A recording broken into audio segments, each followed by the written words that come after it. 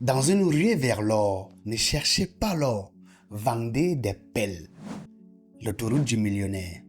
Dans une ruée vers le savoir, ne cherchez pas le savoir, partagez les connaissances. Yaya. Le savoir, c'est l'accumulation des informations, vraies ou fausses. La connaissance, c'est s'approprier ces informations, les comprendre et les utiliser dans un contexte précis. Savoir qu'un livre plus un livre égale 2 livres est un fait. Mais savoir pourquoi ces livres, pourquoi maintenant et comment l'utiliser relève de la connaissance.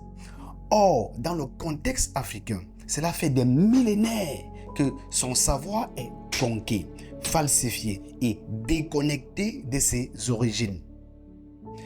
Un exemple marquant est la conférence de Berlin, tenue de novembre 1884 à février 1885, qui contribua à modifier toute l'historiographie africaine ainsi que son système éducatif.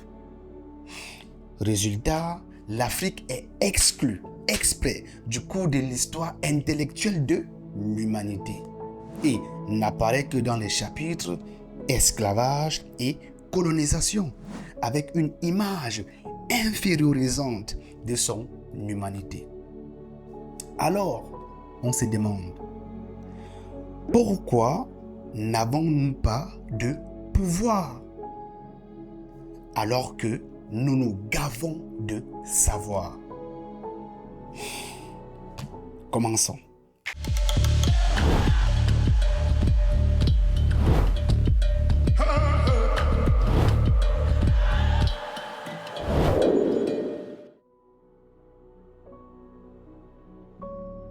Un adage populaire dit « Le savoir est une arme ». Pour ma part, cet adage est incomplet. Il aurait dû préciser « Tout savoir déconnecté du savoir originel devient une arme d'aliénation massive ». Réfléchissez-y. Si le savoir est vraiment une arme de libération, alors tout individu ayant accès à l'éducation devrait automatiquement avoir du pouvoir. Pourquoi donc, malgré l'abondance du système éducatif et l'accès illimité au savoir, nous avons l'impression de nous abrutir davantage? Parce que le problème fondamental n'est pas l'accès au savoir, mais la production du savoir. Si la production du savoir est absente du savoir originel, l'individu ne fait que renforcer le système qui l'aliène. Dans son ouvrage « Les humanités classiques africaines », l'auteur Omotunde le souligne avec justesse. Je cite, « Actuellement, la jeunesse panafricaine reçoit un enseignement dont le paradigme référentiel est extra-africain. On pourrait penser que cet enseignement, parce qu'il véhicule des idées et des méthodes permettant de cerner de nombreuses réalités intellectuelles, est tout à fait apte à produire des hommes et des femmes conscients d'eux-mêmes, de leur génie ancestral et de leur destin commun. En réalité, il n'en est rien. Et cela tient à la nature originelle même de ce système éducatif qui agit comme une machine à aliéner les consciences panafricaines. Fin de citation. Parlant du système éducatif, une question se pose. Comment peut-on espérer éduquer des individus épanouis demain si l'on ne leur renvoie qu'une image infériorisante de leur humanité? Il faut le dire clairement, le système éducatif africain ne cadre absolument pas avec son propre paradigme. Le système éducatif africain contribue à l'aliéner davantage. Pourquoi? Parce que la plupart des savoirs enseignés dans ce système ne sont que des demi-vérités et des faux arguments sur son histoire véritable. Résultat, les jeunes Africains grandissent avec cette fausse pensée tellement répandue qui est: l'Afrique n'a pas d'écriture et donc pas d'histoire. La vérité, c'est que le Medu Neter, l'écriture des ancêtres, est l'une des plus anciennes formes d'écriture au monde. Non seulement elle nous permet d'accéder au savoir des anciens, mais aussi c'est de cette écriture que découlent toutes les autres formes d'écriture. D'où l'importance et l'urgence d'introduire dans les manuels scolaires les 5 livres suivants. Les humanités classiques africaines de Omotunde pour forger ton identité culturelle. Afrique noire, origine et écriture de Sidon Thomas pour comprendre la source de l'écriture que tu utilises aujourd'hui. L'Afrique des grands empires de Amatupa pour comprendre que nous sommes tous issus d'un même peuple. Parole de masque de Alphonse Thiraud pour comprendre une bonne fois pour toutes que les sculptures africaines ne sont pas des fétiches. Les sculptures africaines, ce sont des connaissances, des savoirs légués par les anciens. D'ailleurs, écrire sur la danse en excluant sa sculpture ne sert absolument à rien. Pourquoi? Parce que la sculpture africaine et ses danses ne font qu'un. Et enfin, la contribution de l'Afrique à la science et à l'humanité de Sidon Thomas. Pourquoi? Parce que plus tu comprends ce qui se passe, plus tu veux changer ce qui se passe.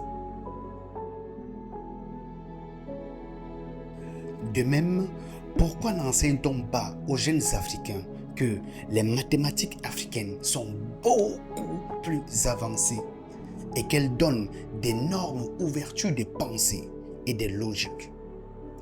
Pour preuve, nos langues nous le démontrent clairement.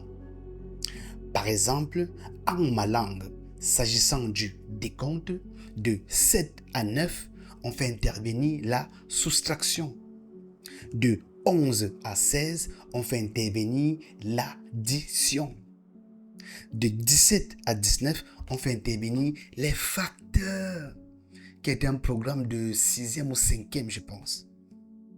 Et pour 20, on fait intervenir la multiplication. Prenons juste un peu le cas de 7, 11, 17, 20 pour illustrer cela. Donc, 7 en ma langue se dit Nji, Ndok, Mokon. Donc, dans la traduction littérale, on voit bien qu'il n'y a pas 10 qui apparaît là. Parce que 10, c'est ceci, c'est beau. Donc, on voit bien qu'il n'y a pas 10. Donc, ceci, ça veut dire quoi? Ça veut dire que sur l'ensemble de tes doigts, tu dois retirer 3. Donc là, tu dois donc faire intervenir la logique qui se traduit donc par ceci, par 10 moins 3. Même chose avec 8, même chose avec 9. Alors, maintenant pour 11, ça se traduit par beau, fal, son. Donc, c'est-à-dire 10 plus 1. Pour 12, tu vas dire beau, fal, d'or. Donc, c'est-à-dire 2. Pour 13, tu vas dire beau, fal, mokon, c'est-à-dire 3 et ainsi de suite jusqu'à 16. Maintenant, pour 17, on va dire Bo Fal Nji Ndok Mokon. Donc, c'est-à-dire Bo qui est donc 10, Fal qui est donc plus, et Nji Ndok Mokon que nous avons vu tout à l'heure là qui se traduit donc par 10 moins 3. Donc, ça veut donc dire qu'ici, tu es donc obligé de mettre les facteurs. Parce que tu vas d'abord soustraire là avant d'ajouter à 10. Même chose aussi pour 18 qui va donc se traduire par Bo Fal Nji Ndok Dor. Donc tu vois et ainsi de suite. Donc, maintenant, pour 20, ça veut dire quoi? Ça veut dire bon doigt.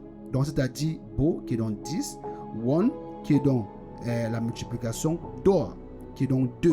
Donc, bon doigt qui veut donc dire 20. Aïe, aïe, aïe, c'est énorme, c'est très riche, nos langues. Très, très riche.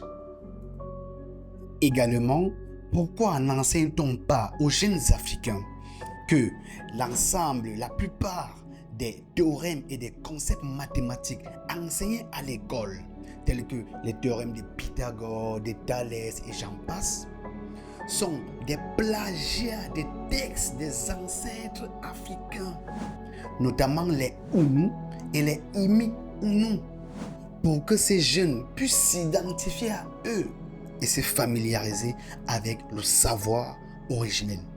Pourquoi? Tu seras donc d'accord avec moi que le système éducatif africain ralentit l'apprentissage et maintient le complexe d'infériorité vis-à-vis du monde, car il empêche de se reconnecter au savoir originel. En ce sens, en tant qu'Africains, nous sommes obligés d'aller au-delà du savoir, ainsi de désapprendre, réapprendre et naître de nouveau, d'où la Renaissance. La Renaissance, non pas comme celle du Quattrocento, à savoir la remise en cause des valeurs traditionnelles et la destruction du matriarcat, non. La Renaissance mentionnée ici est la prise de conscience en profondeur du savoir originel et donc de la tradition originelle, diabolisée par le modernisme sous le prétexte du progressisme. Pourquoi? Parce que le savoir originel détient la clé de la créativité, de l'innovation, de la connaissance, qui sont les compétences indispensables en ce 21e siècle et les siècles à venir. Devant donc la quantité des informations que nous avons à notre ère, il nous est donc indispensable de distinguer les savoirs qui produisent des nouvelles connaissances et les savoirs qui nous maintiennent dans une dépendance. Pour cela, écoutons l'enseignement du professeur Franklin Nyamsi. Il faut déclasser toute l'historiographie du mépris africain. Ça doit commencer dans nos bibliothèques à la maison. Nous ne devons pas confondre ce type de livre avec les autres. Ça doit continuer dans nos bibliothèques, dans les écoles, dans les collèges, dans les lycées, dans les universités, dans les bibliothèques publiques, dans les médiathèques africaines. On doit bien ranger tous les livres d'histoire qui, de près ou de loin, ont contribué à enseigner aux Africains qu'ils sont des sous-hommes, qu'on avait pour mission de les civiliser. Tous les livres qui comprennent des paragraphes pour dire que la colonisation a des bienfaits, leur place n'est pas dans les livres de sciences avec lesquels on forme les Africains, mais les livres de sciences avec lesquels on doit prévenir les Africains du mal qui les guette. Donc, sur la traite, sur la colonisation et la néocolonisation et l'impérialisme, il faut procéder à une déclassification de l'archive par laquelle les Africains ont été intoxiqués et habitués à accepter leur statut de subalterne planétaire. Nous sommes donc dans l'obligation de réapprendre avec des nouveaux savoirs, mais pas n'importe quel savoir, des savoirs qui produisent des nouvelles connaissances et donc des savoirs originels qui nous renvoient à la tradition originelle et aussi de l'auto-éducation. Et cela me rappelle le livre Le Personal MBA. Je ne l'ai pas ici parce que il s'est brûlé dans un incendie qui s'est passé dans mon appartement. C'est pour cela que tu vois, D'autres livres sont noirs comme ça, là. Donc, j'ai pu récupérer certains livres. Mais bon, le reste est irrécupérable. Mais, Dieu merci, je suis en vie. Alors, dans ce passage, il écrit ceci. Et je vais terminer là-dessus. À l'université, 200 étudiants lisent un même livre. Une erreur monumentale. Parce que 200 étudiants peuvent lire 200 livres. Donc, tu peux toujours nous soutenir en likant, t'abonnant, partageant la vidéo. Pour ma part, c'est toujours un plaisir de te partager le savoir des ancêtres parce que bien penser nous permet de bien créer. Yaya.